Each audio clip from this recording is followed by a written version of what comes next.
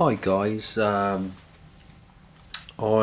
received a drop pod for my birthday. I thought I was going to go ahead and get some more Dark Eldar, but as it happens, I got a drop pod and I'm quite happy with it. I just want to go over some of the pitfalls that can be had with this model, especially for the beginner. Now, I've only this is my first drop pod. And myself, even though I've modelled quite a few pieces in my time, this one can be a bit of a pain, to say the least. I'll go over where some of the pitfalls are.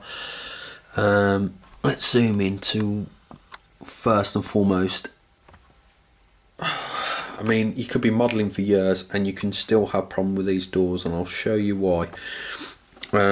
They go up, but the brackets that go inside there that make it move are actually way thinner than they need to be. So look at that. So say I've done a really nice paint job on that, and bang, look at that. You can even hear the crack. I'll definitely be giving this a coat of gloss varnish, then matte. What I would have liked to have done before I actually modelled this would have been to have put some nice little rubber washers in there to just create some friction, so those opened and closed a little slowly. Also, there's another problem with this model. I'll try and get it in shot. And this is the only door, I believe. Is this the one? No, just have a look. Yeah, I think I've only got one door that actually goes up with if you can see just there, as I push it now, I'll try and get it angled, it just catches there. The bottom lip of the drop pod door there just catches that part there, which gives it a tiny bit of pull, which when I angle it down stops it from falling. Now all the other doors didn't have that. We're talking fractions, we're talking about a millimetre of plastic off there or less, and your door literally is not going to catch. So then basically you've only got to move it slightly and the door will fall down. I've tried to counter that by gluing tiny little, let's get that in the light and I'll try and zoom in. Sorry for the dodgy camera work, guys. I've put tiny little plastic pegs that I've glued just underneath the door ridge there, and I'm hoping that's going to give enough pull so when I clip it up it'll make it nice and stiff and stop them from dropping down. Having failed that, the only alternative is to order magnets. Now obviously at this late stage in the build where it's literally complete, let's zoom out, the only way I believe I could do that is putting a magnet in the tip there, and then on this part of the drop pod there I'm putting a magnet in there, and it's just not going to look neat. I mean, I could put some 1mm by 1mm magnets along the side strips of the door there, and then that would correspond with this part of the drop pod. But again, it's not going to be clever. Other things I would say, this is not a problem with the actual model itself. This is more I'd say do's and don'ts really. I was so impatient when I got this miniature. I really wanted to get it together, and I should be able to do a fairly decent job painting it, but if you can see looking inside this model here, this is going to be an absolute bugger to paint, fully modelled. Retro speakingly, I should have literally painted the base first and then put these columns on, but I was too impatient there.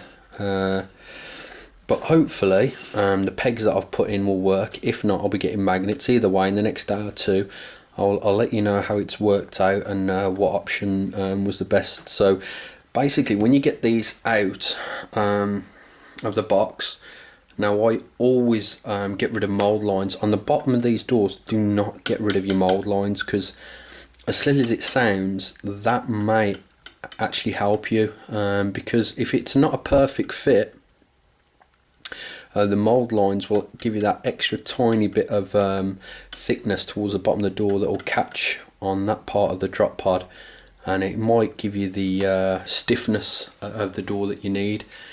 Now I know a lot of people haven't modelled it correctly and made the drop pod skew to one side, or it's not completely straight, and obviously the doors would flop down, but that's not the case. The case here is not how it's modelled, but it's more so the catch on the doors. So I got my drop pod, I was working on that, been working on my Scouts. What happened, I got my drop pod and I had to tinker, so these are just a work in progress, I'm afraid, guys. So they're there. We've got another guy somewhere. Where's he gone? There he is. So they're all just works in progress. They should be finished within the next few days. I wanted to bring this glue interview here. This is awesome.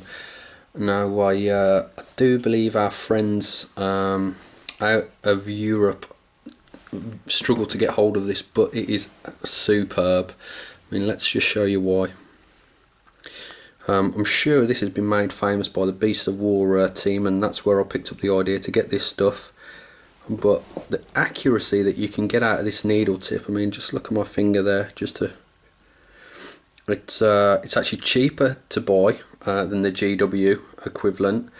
The nozzle's not going to clog up, and if it does clog up, you just get a lighter to the tip of it, which I've done, and you just ever so slightly put it under the flame of the lighter for a flash second, and it will get any debris that was in the tip of the nozzle there, and it will clear it up. You try doing that with any other glue and you'll ruin the nozzle and you won't be able to get glue out. So this glue, £2, you cannot get any better plastic glue in my opinion. So if you're in Europe, especially in the UK, don't get your glue from GW, even if it's your local hobby store, and even if you like to support them.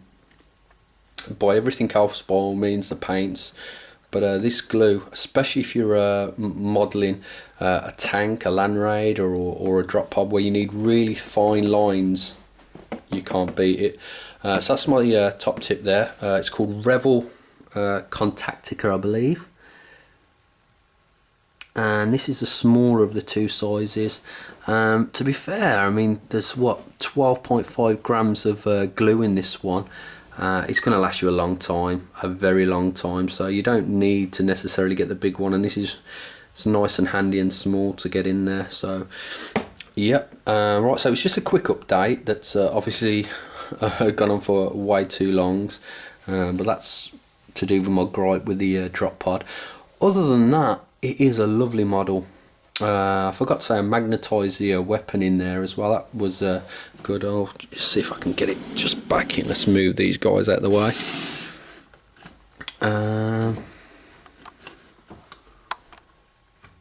See, just pops in and out there. I put a magnet, as you can see there, and there's just one magnet on the inside of this part. You might see a bit of the green stuff there, and that just pops up there. Also, another good tip is when you're modelling this, don't glue this part of the turbine. You put this rod in. Let's get it into shot. You get this rod. If you place that right down and just put a dab of glue on the end of it. I don't know whether it says it in the manual. I just thought to do it myself anyway. And put a dab of glue at the end and put that pin through here. You'll get full rotation then of the weapon.